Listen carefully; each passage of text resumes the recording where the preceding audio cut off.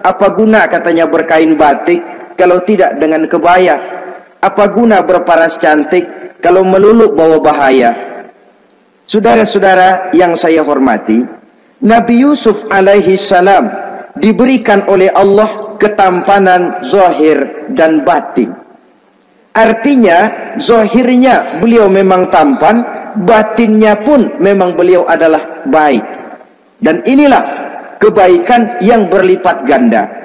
Kadang-kadang ada orang yang tampangnya sederhana saja, tapi batinnya baik. Itu lebih baik ketimbang yang zahir dan penampilannya baik, tapi batinnya rusak. Maka kebaikan yang dianugerahkan Allah dalam kehidupan ini sesungguhnya bukan untuk to show only, bukan cuma untuk sekedar dipamerkan, jadi kebanggaan, macam kontes ratu-ratuan yang manfaatnya hampir tidak ada. Kecantikan untuk disyukuri, kecantikan untuk digunakan kepada hal-hal yang bermanfaat sesuai dengan perintah dari yang memberikan kecantikan itu. Saudara-saudara yang saya hormati, Nabi Yusuf alaihi salam seorang nabi yang oleh Allah diberikan kecantikan zahir dan juga kecantikan batin. Beliau adalah putra dari Nabi Yakub, dari Nabi Ishak, dan dari Nabi Ibrahim alaihi salam. Artinya ayah beliau bernama Nabi Yakub, kakeknya adalah Nabi Ishak, dan datuknya adalah Nabi Ibrahim alaihi salam. Ia bersaudara sebanyak 11 orang. Dari orang saudaranya ini hanya satu yang seibu sebapak, yaitu Benyamin. Sedangkan yang lain adalah saudara dari lain ibu. Nah, sejak kecil Nabi Yusuf ini sudah memperlihatkan tanda-tanda bahwa di kelak kemudian hari dia akan tumbuh menjadi seorang besar. Sebab itu wajar kalau ayahnya memberikan perlakuan yang agak istimewa kepada Nabi Yusuf. Dan ini tentu memancing sifat iri dari saudara-saudaranya yang lain. Apalagi pada satu malam Nabi Yusuf di kala remaja itu pernah mimpi. Mimpi ini beliau ceritakan kepada ayahnya. Kata beliau, "Ya abati, inni ra'aitu ahada asyara kawkaba wasyamsa wal qamara ra'aituhum li sajidin." Jadi satu hari Nabi Yusuf cerita kepada ayahnya, "Ayah, saya mimpi." Mimpi apa Yusuf? "Saya melihat dalam tidur saya ada 11 bintang, lalu matahari dan bulan. Saya lihat seluruhnya sujud kepada saya." Ayahnya mendengar mimpi ini, mengerti takwil, lalu pesan kepada Nabi Yusuf, "Yusuf, mimpi ini jangan kau ceritakan kepada saudara-saudaramu. Mereka sudah punya pandangan yang tidak baik kepada dirimu. Kalau ini kau ceritakan, mungkin akan membahayakan bagi dirimu." Sebab rupanya saudara-saudaranya yang lain ini iri hati kepada Nabi Yusuf yang memiliki keistimewaan dan mendapat perhatian istimewa juga dari orang tuanya. Saudara, kita tahu ini sesuatu yang wajar dalam kehidupan. Pepatah bilang, likulli zi ni'matin mahsudun. Tiap kali kita mendapat suatu nikmat, bakal ada orang yang hasud, iri hati, dengki. Itu watak kehidupan. Kalau kita jatuh miskin, orang tepuk tangan. Kalau kita jadi kaya, orang tanya berdukun kemana. Wajar saja, likulli zi ni'matin mahsudun. Tiap kali kita mendapat suatu nikmat, tentu ada yang hasud, ada yang iri, ada yang tidak senang. Begitu juga halnya dengan saudara-saudara Nabi Yusuf alaihi salam. Dan watak iri hati ini tidak cuma tinggal iri hati, mereka buktikan lewat tindakan konkret. Suatu hari mereka musyawarah, saudara-saudara yang iri ini. Saudara-saudara, bapak kita nggak adil. Masa Yusuf mendapat perlakuan istimewa? Wa nahnu usbah, sedangkan kita ini golongan yang lebih besar. Dari 12 orang anaknya, masa cuma satu Yusuf yang mendapat perlakuan lebih istimewa? Kita ini yang 11 dianggap angin apa? Nggak adil abah kita ini. Iya, tapi caranya bagaimana? Apa kita omelin bapak? Jangan. Habis Yusuf singkirin. Kalau Yusuf nggak ada, kan anaknya tinggal kita. Praktis perhatiannya seluruhnya akan tercurah kepada kita. Nah, saya ingatkan bahwa hasud sering mendorong orang untuk melakukan segala macam cara. Artinya orang itu kalau sudah dibakar sifat dengki, iri hati, dia rela melakukan apa saja. Pertama, agar nikmat yang ada pada diri orang lain hilang. Yang kedua, supaya nikmat itu pindah kepada dirinya. Andai kata tidak pindah kepada dirinya, ya hilang sajalah, jangan orang lain yang dapat nikmat. Ini watak hasud. Ingin nikmat orang lain pindah kepada dirinya, atau hilang walaupun tidak pindah kepada dirinya, tapi yang bersangkutan tidak lagi mendapat nikmat. Untuk itu segala macam cara akan dilaksanakan. Ini dicontohkan dari usaha yang dilaksanakan oleh saudara-saudara Nabi Yusuf alaihissalam. Oke, setuju, kita singkirkan Yusuf. Tapi caranya bagaimana? Gampang. Bunuh saja. Kalau bunuh sih rasa-rasanya tidak sampai hati membunuh Yusuf. Lalu bagaimana? Kita kucilkan saja dia.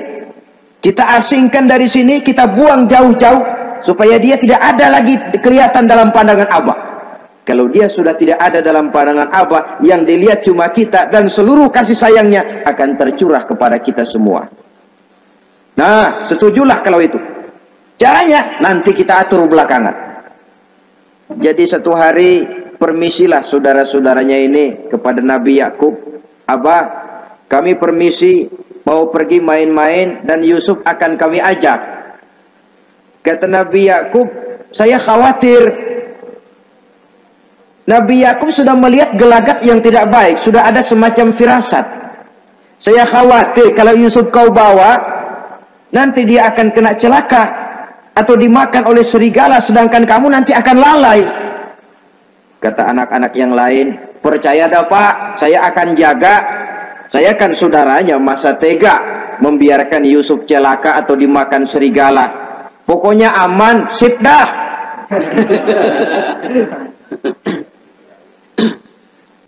Akhirnya Nabi Yakub mengizinkan.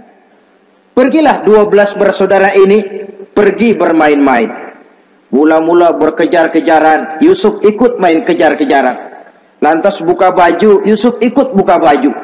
Sampai ketika tiba di tepian sebuah sumur tua, rencana yang sudah disepakati itu dilaksanakan. Nabi Yusuf diangkat beramai-ramai, digotong, lalu dimasukkan, diceburkan ke dalam sumur mati itu. Kemudian baju Nabi Yusuf itu mereka basahi dengan darah kambing.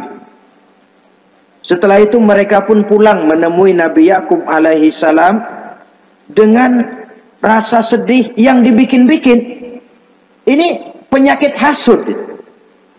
Jadi kalau orang hasud kepada kita, begitu kita mendapat kesulitan, dia datang dengan air mata buaya. Belaga sedih, belaga ikut berduka cita, padahal sih hatinya sorak. Padahal batinnya girang, bukan main. Pak, saya ikut berduka cita, Pak, saya ikut sedih. Padahal hatinya biar mampus loh. Ini yang dilakukan oleh saudara-saudara Nabi Yusuf.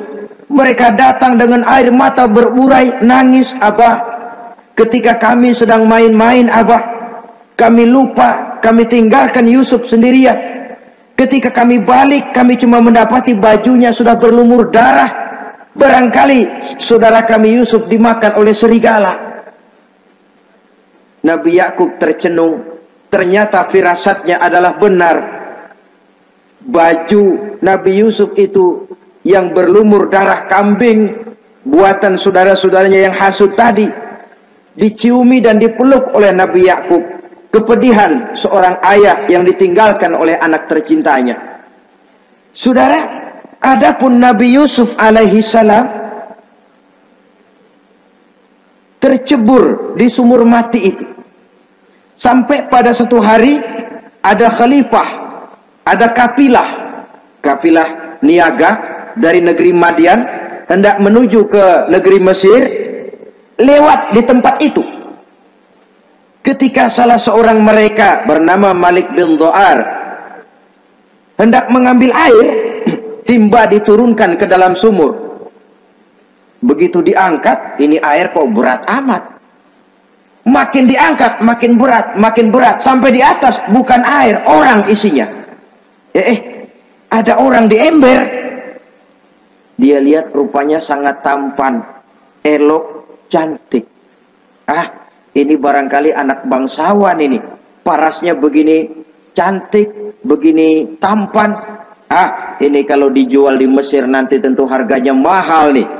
Order nih, objek.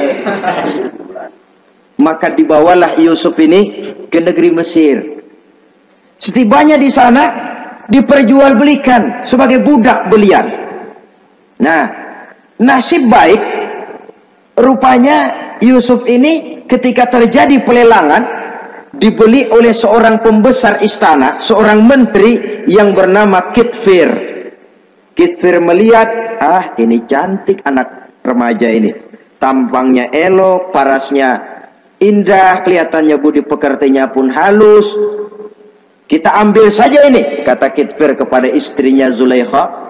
Kita angkat dia jadi anak, siapa tahu nanti dia memberikan manfaat yang besar bagi kita. Baiklah, baiklah. Dan sejak saat itu Yusuf dipelihara di rumah Kitfir dalam istana yang tinggal bersama istrinya Zulaikha. Menurut satu riwayat 10 tahun lamanya Nabi Yusuf tinggal di tempat Kitfir.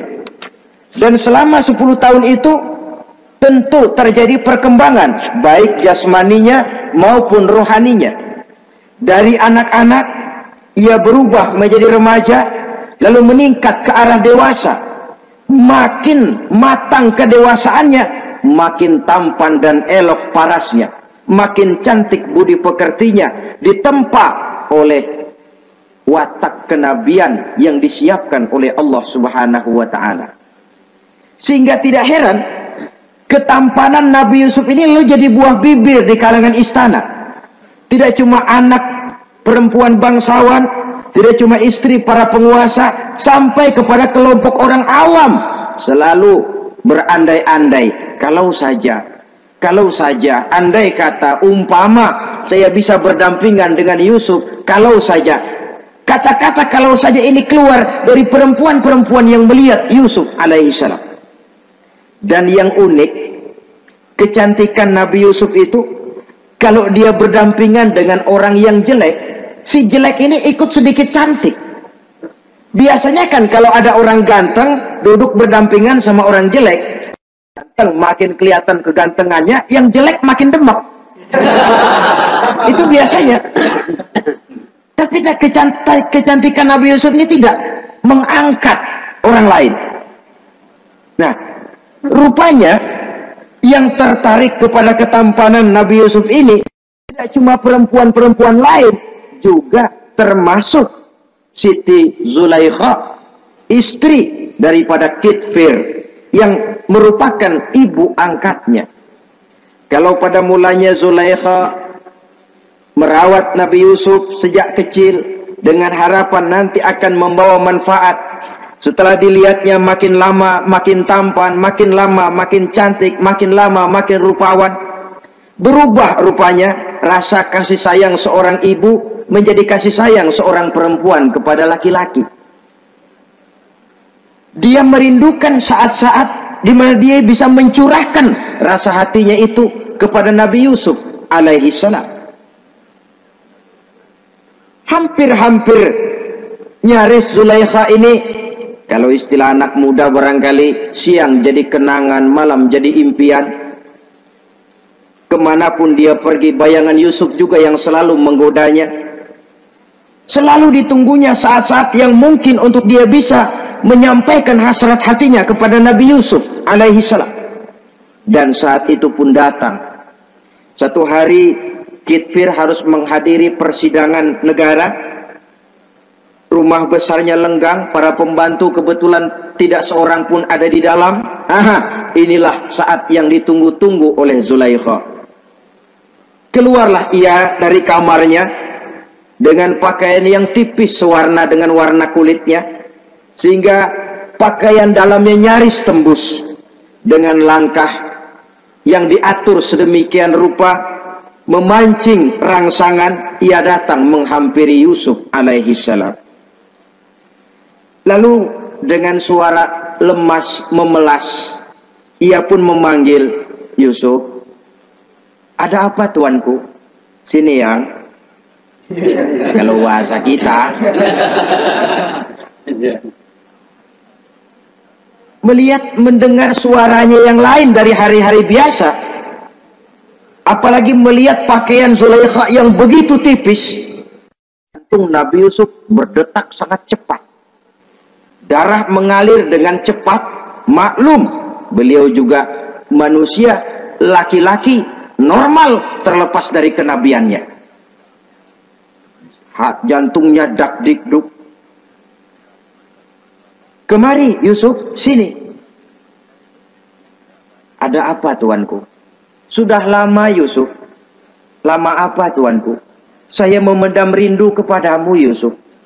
Siang malam engkau juga yang jadi tumpuan harapan saya. Kemanapun saya pergi seakan wajahmu juga yang saya lihat Yusuf. Tidur saya jadi tak nyenyak. Makan saya tak pernah membawa kekenyangan Yusuf. Tidur yang biasanya mendatangkan semangat seolah semuanya pergi meninggalkan saya Yusuf. Hembusan sepoi pagi mengusap bunga merekah dalam taman yang biasanya membawa keindahan, semuanya telah berganti dengan keindahan wajahmu Yusuf. Sinilah sebentar, penuhi hasrat hati saya. Saya segan tuanku. Segan kenapa Yusuf? Saya tidak mau mengkhianati tuan saya yang telah berbuat baik kepada saya. Apakah saya juga tidak pernah berbuat baik kepadamu? Benar, Tuhan juga berbuat baik kepada saya. Tapi pantang saya mengkhianati majikan saya. Yusuf, sekarang kesempatan yang baik. Kitfir, suami saya, sedang menghadiri persidangan penting di negara, di istana, dan rasanya akan lama dia baru kembali. Sementara para pembantu kita tidak ada di sini. Saya malu tuanku, saya segan. Malu kepada siapa? Tidak ada yang tahu, tidak ada yang lihat. Allah. Saya takut, saya malu kepada Allah tuanku. Padahal kalau menurut ukuran hati, Quran menjelaskan walaqad hammat bihi wa hamma biha. Sebenarnya Zulaikha cinta kepada Yusuf, Yusuf pun senang kepada Zulaikha. Itu iblis sibuk bukan main memasang jerat, pasang besi berani biar pada nyetrum.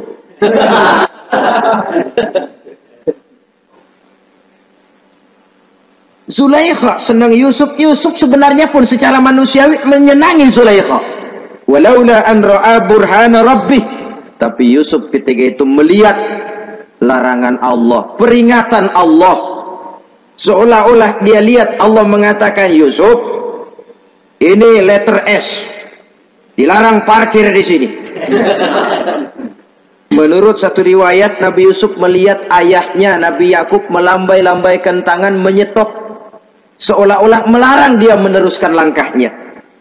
Riwayat lain menjelaskan seolah-olah Nabi Yusuf dibisiki oleh malaikat Jibril, Yusuf, kalau kamu kalah sekarang, kamu sama saja gajah kemasukan semut di kupingnya terus mati. Tapi kalau kamu menang, kamu adalah gajah yang tidak terkalahkan. Ada semut mati oleh, ada gajah mati oleh semut. Alangkah memalukan. Binatang yang begitu besar jatuh hanya oleh binatang yang begitu kecil. Artinya apa? Kau akan jadi orang besar Yusuf. Apakah harus gagal dan jatuh cuma karena bujuk rayu seorang perempuan macam ini? Satu riwayat menjelaskan semacam itu. Sehingga mantap Yusuf, maaf tuanku, saya malu kepada manusia, saya malu kepada majikan, tapi saya lebih malu lagi kepada Allah. Saat ini majikan tidak tahu, orang seorang pun tidak ada yang lihat, tapi Allah pasti lihat. Itu yang saya malu. Ah Yusuf, jangan sok kalem. Mumpung situasi mengizinkan, mubazir nih.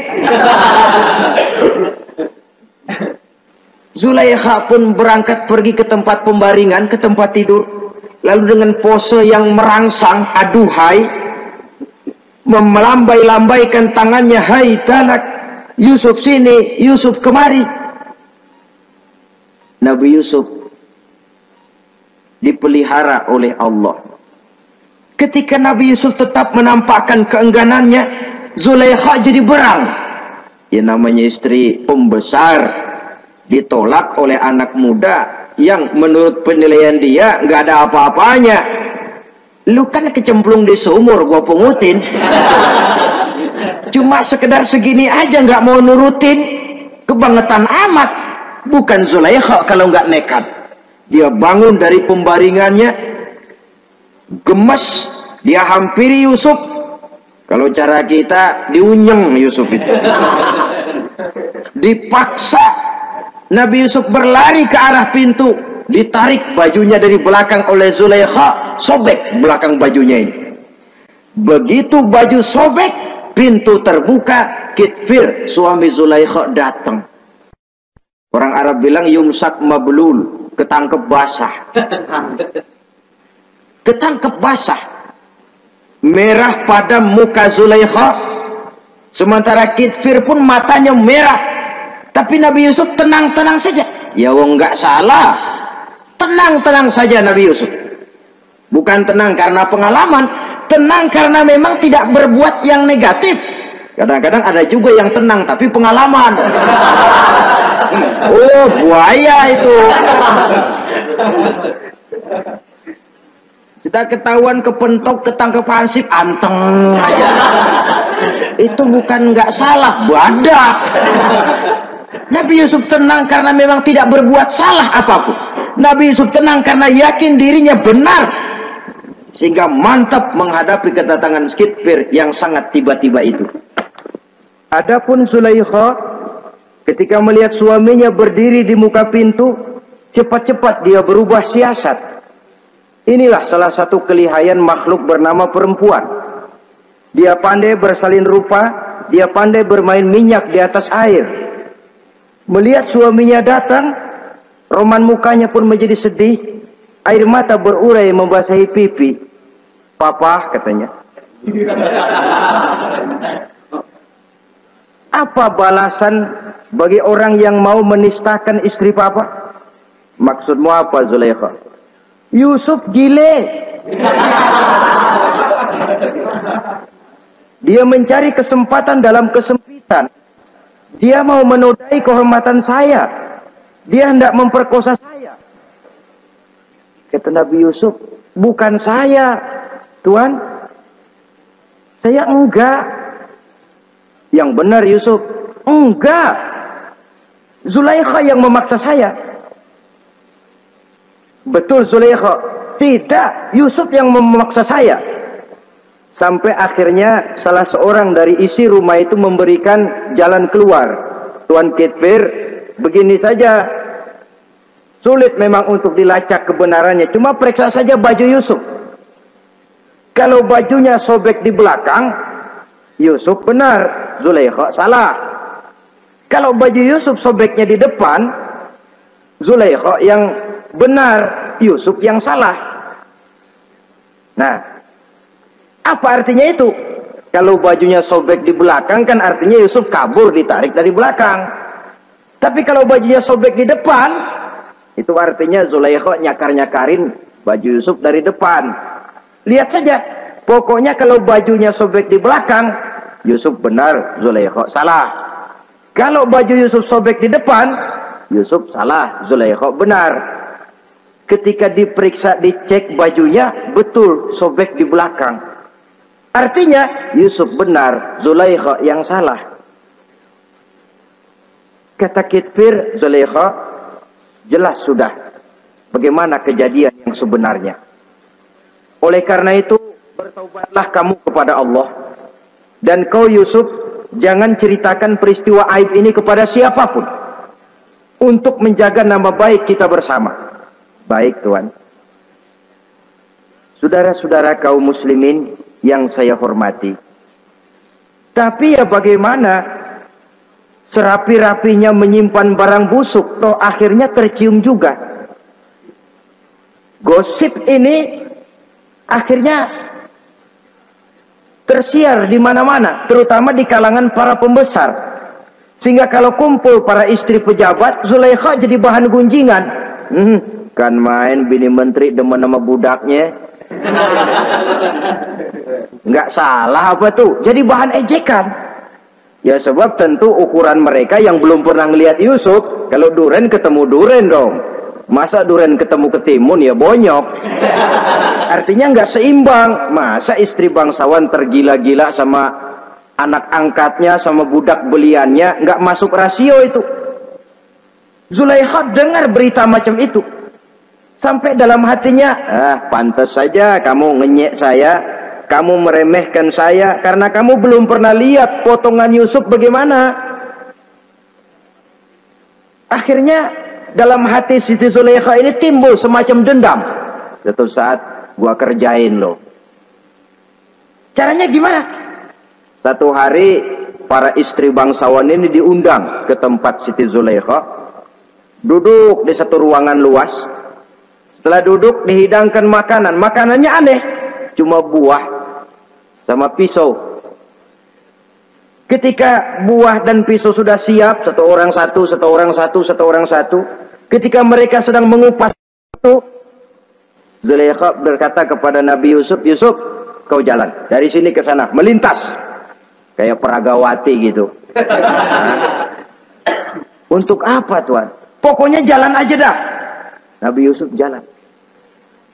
Sejak beliau melangkah ke ruangan itu, semua mata perempuan-perempuan bangsawan yang lagi ngupas buah, semuanya tertuju kepada Yusuf. Ada yang matanya emang buluk makin buluk. Ada yang ngeliatin campur mulutnya menganga. Apa kata mereka? Falamma ra'ainahu akbarnahu wa qatta'na aydiyahunna wa qulna hasya lillah ma hadza bashar in hadza illa malakun karim. Falamma ra'ainahu, ketika perempuan-perempuan itu melihat Yusuf, akbarnahu, mereka agungkan Yusuf. Wa qulna hasya lillah, mereka bilang, ini sih bukan orang nih.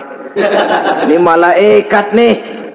Bukan orang. Nah, orang segini cakepnya. Artinya belum pernah mereka lihat paras yang secantik dan setampan itu. Akibatnya apa? Nggak berasa mau motong buah keiris tangan. Rata-rata perempuan yang ada di situ tangannya pada luka. Kenapa? Mau motong buah, mata kemana, mulut kemana, tangan kepotong. Melihat itu semua, Zulaikha puas. Nah, kamu baru ngelihat sekejap. Bagaimana saya yang siang malam ngelihat Yusuf? Bagaimana saya yang tiap saat hidup bersamanya? Bagaimana saya nggak merindukan dia? Ente yang baru pernah ngelihat sekelebatan udah motong tangan. Saya yang tiap hari sama-sama dia nggak celeng juga udah pantas. Saudara-saudara kaum muslimin yang saya hormati, akhirnya untuk menjaga nama baik keseluruhannya, Nabi Yusuf pun mengalah. Karena berita ini sudah tersiar, Yusuf dipojokkan, tidak cuma sekedar dipojokkan, beliau dimasukkan ke dalam penjara. Tapi apa kata beliau?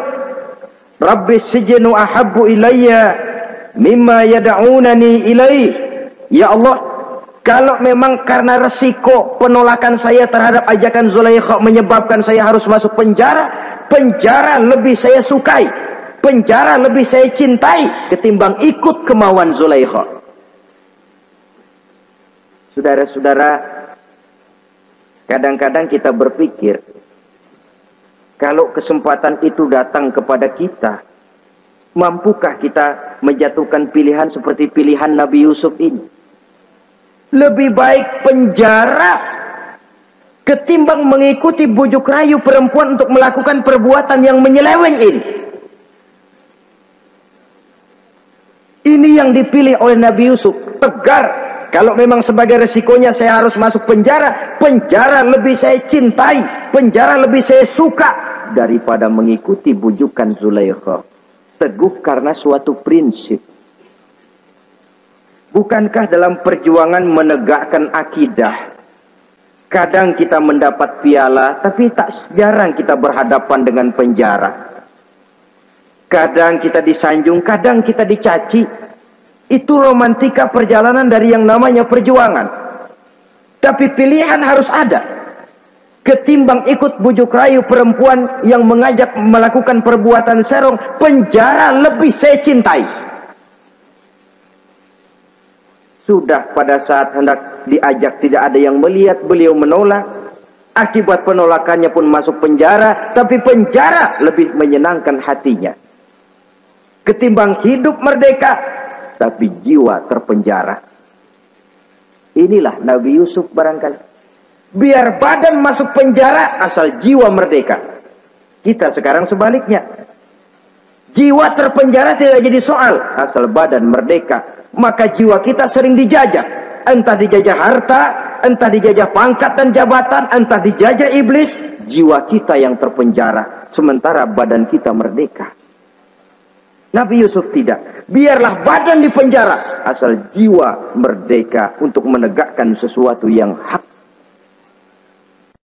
Saudara-saudara yang saya hormati, adapun di dalam penjara itu, Nabi Yusuf satu sel dengan 2 orang bekas pelayan istana yang dituduh menaruh racun ke dalam hidangan yang hendak disajikan kepada raja. Yang satu tukang ngatur minuman, yang satu tukang ngatur makanan untuk raja. Siapa yang naruh racun nggak jelas, tapi dua-duanya ditahan. Nah, sampai satu malam teman satu sel ini dua-duanya ngobrol kepada Nabi Yusuf. Yusuf, kami ini dipenjara karena dituduh menaruh racun ke dalam hidangan yang dihidangkan kepada baginda raja. Siapa yang salah kami sendiri tidak tahu. Saya nggak ngerasa naruh racun, kata yang tukang ngatur minum. Saya juga enggak, kata yang tukang ngatur makan. Sampai satu malam mimpi. Mimpi itu diceritakan kepada Nabi Yusuf. Kata yang tukang ngatur minuman, Yusuf, saya mimpi.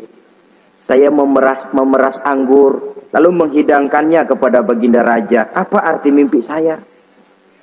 Kata yang tukang hidangin makanan, kalau saya Yusuf, saya ngimpi menjunjung roti di atas kepala saya, itu roti dipatokin burung. Apa arti mimpi saya? Saudara-saudara, Nabi Yusuf tersenyum. Adapun kamu yang mimpi memerah anggur, kamu akan keluar dari penjara bebas dan akan kerja lagi di istana. Adapun kamu yang mimpi menjunjung roti dipatokin burung, kamu akan dihukum mati, disalib dan kepalamu akan dipatokin oleh burung. Ini tukang roti ngotot, bisa aja lu ah. Ya lempengan apes ramalannya. Ya bukan soal bisa nggak bisa, lihat aja kenyataannya. Cuma kepada kamu yang tukang ngatur minuman, saya pesan, kalau nanti kamu bebas kembali di istana raja, tolong ceritakan ihwal saya kepada baginda raja ini. Saya mendekam di penjara ini tanpa berbuat salah apapun. Baik, insya Allah Yusuf. Dan ketika persidangan memutuskan, seperti tepat yang diramalkan Nabi Yusuf, si tukang menghidangkan makanan dihukum mati, si tukang menghidangkan minuman kembali kerja di istana. Tapi begitu kerja, dia lupa sama pesan Nabi Yusuf. Itu biasanya watak orang memang begitu. Kalau dalam keadaan kepepet, macam-macam janjinya. Begitu keadaannya longgar, lupa sama janjinya. Sehingga ada pepatah katanya, nolongin anjing kejepit. Waktu kejepit, kaing-kaing minta ditolongin. Begitu udah rapi ditolongin, yang nolongin bisa digigit. Saudara hadirin yang saya hormati, sampai bertahun-tahun Nabi Yusuf mendekam dalam penjara. Tapi itulah yang menambah kedewasaannya. Maka orang beriman ya, yang mantap nilai imannya, tempat tidak jadi soal. Kadang-kadang dia merasakan penjara lebih indah dari alam terbuka. Banyak orang-orang beriman yang justru di penjara menghasilkan karya-karya besar. Kita tahu misalnya almarhum Hamka justru di penjara bisa menyelesaikan tafsir Al-Azharnya, salah satu karya besar pujangga terkemuka ini. Macam Hasan Al-Banna, Abdul Qadir Audah, dan banyak lagi tokoh-tokoh Ikhwanul Muslimin merasakan justru penjara itu bagaikan sorga. Kenapa? Mereka yakin di penjara untuk sesuatu yang benar, maka tempat tidak pernah jadi masalah. Kalau jiwa merdeka, puluhan tahun mendekam di penjara tidak akan merupakan satu rasa yang lama. Kenapa? Jiwa tidak bisa dibatasi oleh ruangan 2x3 meter. Jiwa yang merdeka tidak bisa dibatasi dengan teralis besi. Jiwa yang merdeka tidak bisa dibatasi dengan dinding tembok yang tebal. Jiwa yang merdeka mengembara, melanglang buana, mencari idealisme yang ada dalam dirinya. Itu yang dirasakan oleh Nabi Yusuf alaihissalam. Untungnya, satu malam raja ngimpi. Untungnya ini. Ngimpinya luar biasa. Ada 7 ekor lembu gemuk-gemuk. Makanin 7 ekor lembu yang kurus-kurus. Lalu ada 7 batang gandum yang isinya gemuk-gemuk. Ada 7 batang gandum yang sudah layu-layu. Nah, pagi-pagi ini seluruh dukun-dukun istana dikumpulin. Para ahli nujum apel menghadap baginda raja. Nujum, dukun, ada apa Tuan Raja? Tadi malam saya ngimpi. Ada 7 ekor lembu gemuk-gemuk memakan 7 ekor lembu yang kurus-kurus. Coba takwilkan apa arti mimpi saya itu. Dukun kata, baru tumben nih aku dengar mimpi begini. Kata Nujum ditanya Nujum godek. Ah, Tuan Raja itu mah kembang tidur aja kali ah. Tidak seorang pun yang mampu mentakwilkan arti mimpi baginda.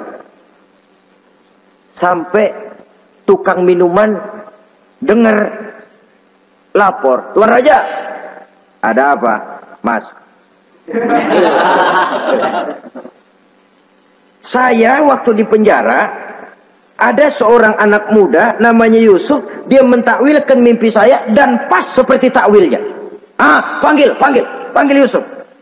Dipanggil Yusuf, dibukain pintu penjara, masuk tukang anggur, tukang minuman ini. Yusuf, ente, iya. Kemana aja? Itu dia Yusuf, kelupaan.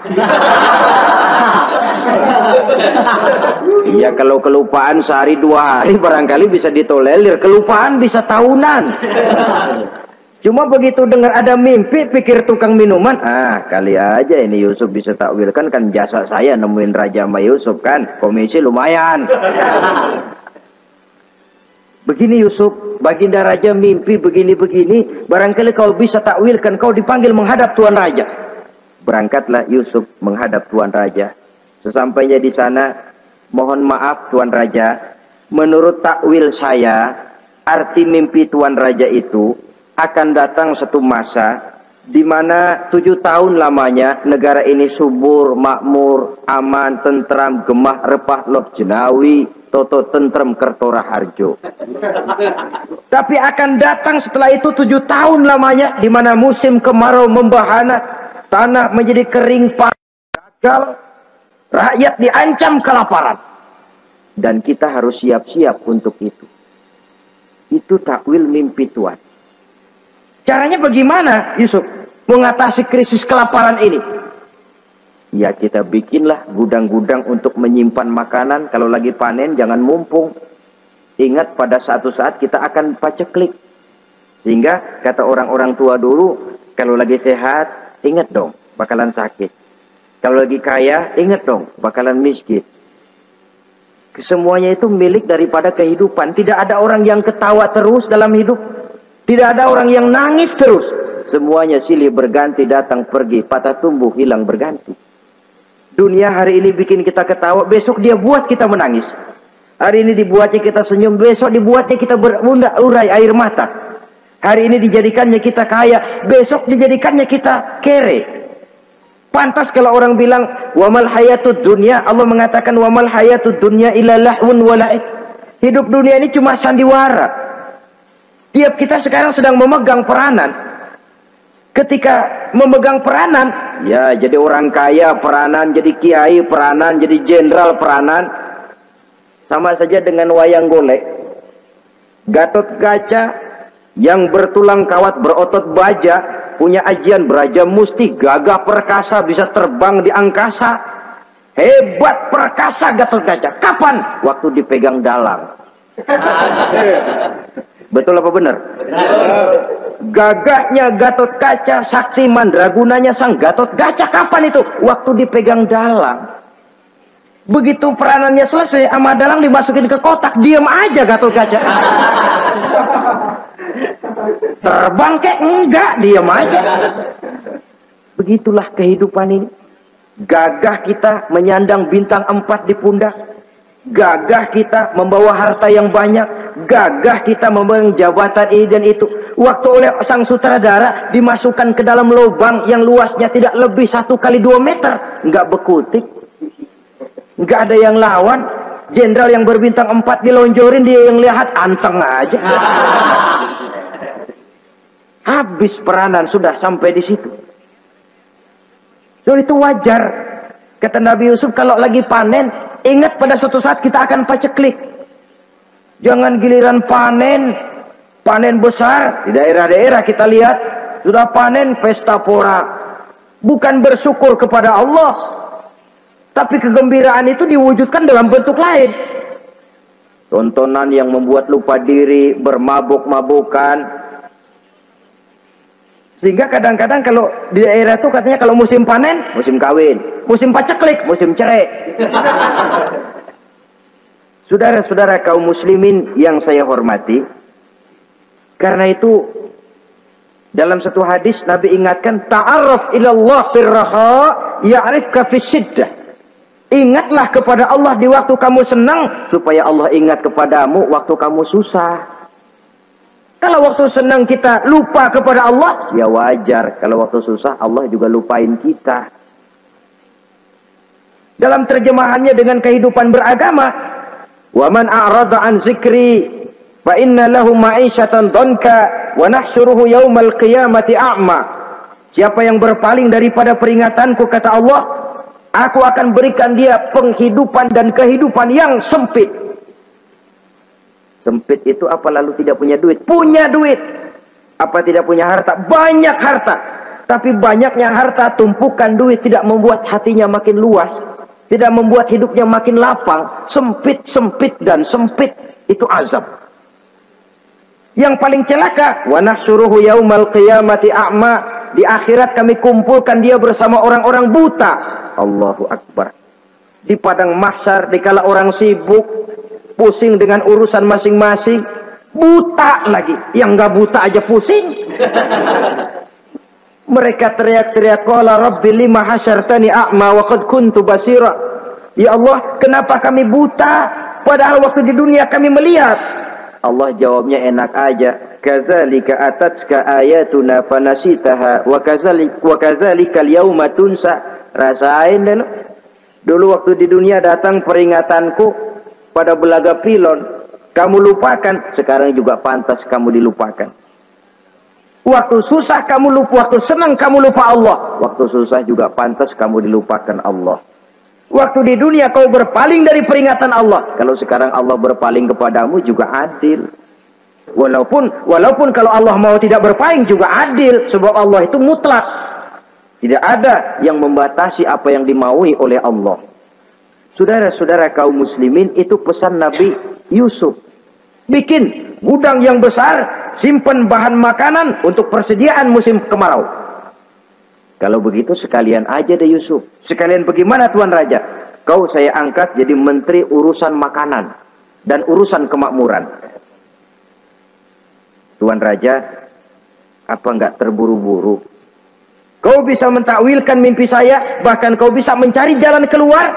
Ini sudah sesuatu yang menguntungkan Yusuf. Mencari jalan keluar ini pemikiran yang menteri saya belum bisa berpikir kayak kamu. Sudah, kau pegang jabatan ini. Nabi Yusuf tidak minta, diberikan. Dan memang ada pesan, jangan memberikan jabatan kepada orang yang meminta. Tuh, kalau orang sudah minta tentu ada pamrih dan ada tendensi. Jangan memberikan jabatan kepada orang yang banyak ngeluarin duit untuk mencapai jabatan itu. Sebab apa? Kalau orang mendapat satu jabatan karena banyak ngeluarin duit, maka pekerjaan pertama yang akan dilakukan setelah mencapai jabatan itu ialah dia akan berpikir bagaimana caranya biar modal gua pulang. Orang jadi gubernur, jadi menteri karena banyak ngeluarin duit, belum dia sempat kerja buat kepentingan rakyatnya, dia lebih dulu akan berpikir bagaimana duit yang saya keluarin supaya pulang. Sisanya kalau ada, barulah untuk kepentingan rakyat, itu pun kalau keburu. Saudara-saudara yang saya hormati, Nabi Yusuf tidak pernah minta jabatan. Raja memberikan jabatan itu. Dan tepat seperti takwil beliau, musim kemarau datang, rakyat dilanda kelaparan, lalu berbondong-bondong ke istana mencari bahan makanan. Yusuf langsung mendrop bahan makanan ini. Alhasil saudara-saudara, bahaya kelaparan ini sampai juga ke daerah tempat di mana Nabi Yakub tinggal. Lalu beliau utus anak-anaknya. Saya dengar di negeri Mesir ada seorang menteri muda yang tampan dan baik hati. Pergilah kau ke sana dan mintalah makanan darinya. Berangkatlah mereka ini. Saudara-saudara, Nabi Yusuf lihat, ini saudara-saudara saya ini yang dulu nyeburin saya ke sungai. Sekarang pada antri minta jatah makanan. Kalau kita lagi di atas ngelihat orang di bawah kan enak. Yang bawah kelagapan. Orang sedang berkuasa, namanya lagi berkuasa, ngomong apa juga benar. Orang kalau lagi berkuasa kentut bagus masih. Tapi kalau sudah jatuh, jangankan apalagi buang angin, batuk aja diomelin. Miskin batuk melulu lah. Di atas itu, posisi di atas gampang buat mob. Andai kata Nabi Yusuf waktu itu mau menteror, membalas saudara-saudaranya, kesempatan emas. Tapi memang hatinya hati yang mulia, jiwanya jiwa yang besar. Diberinya saudara-saudaranya itu makanan, tapi dia tidak memperkenalkan diri dan saudaranya pun tidak mengenali kalau itu Yusuf.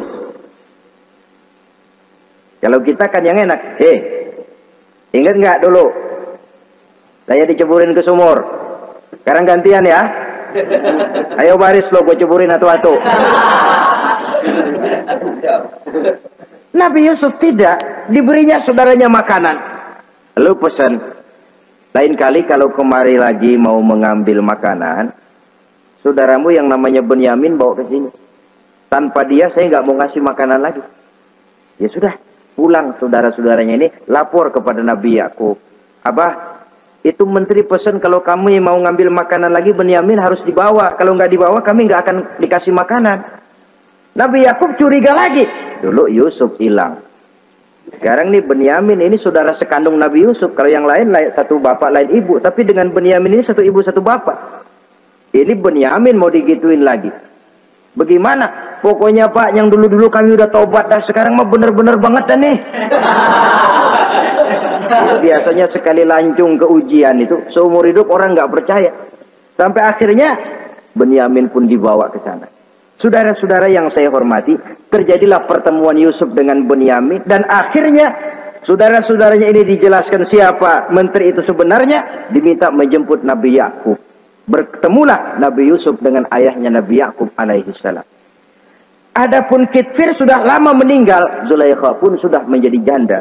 Namun dalam jandanya dia tetap merindukan Yusuf siang dan malam. Didambakannya kapan saat pertemuan akan terjadi. Sampai ketika satu hari didengarnya Yusuf akan meninjau satu daerah, dia sudah diri paling depan.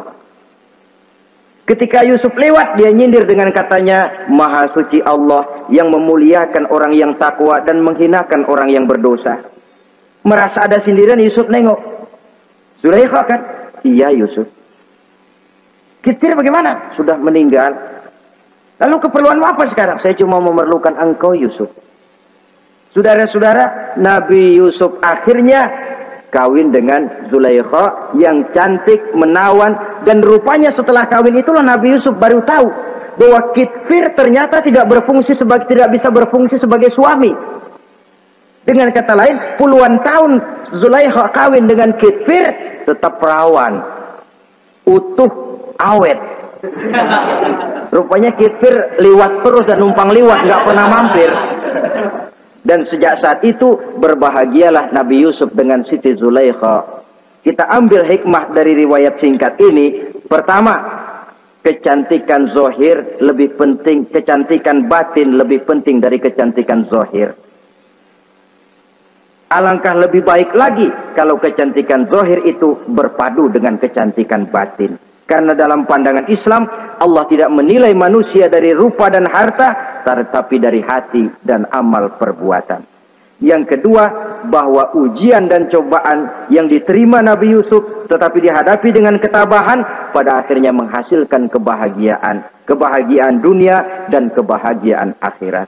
Inilah saja pertemuan yang singkat ini, mudah-mudahan ada manfaatnya. Terima kasih atas segala perhatian, mohon maaf atas segala kekurangan. Wassalamualaikum warahmatullahi wabarakatuh.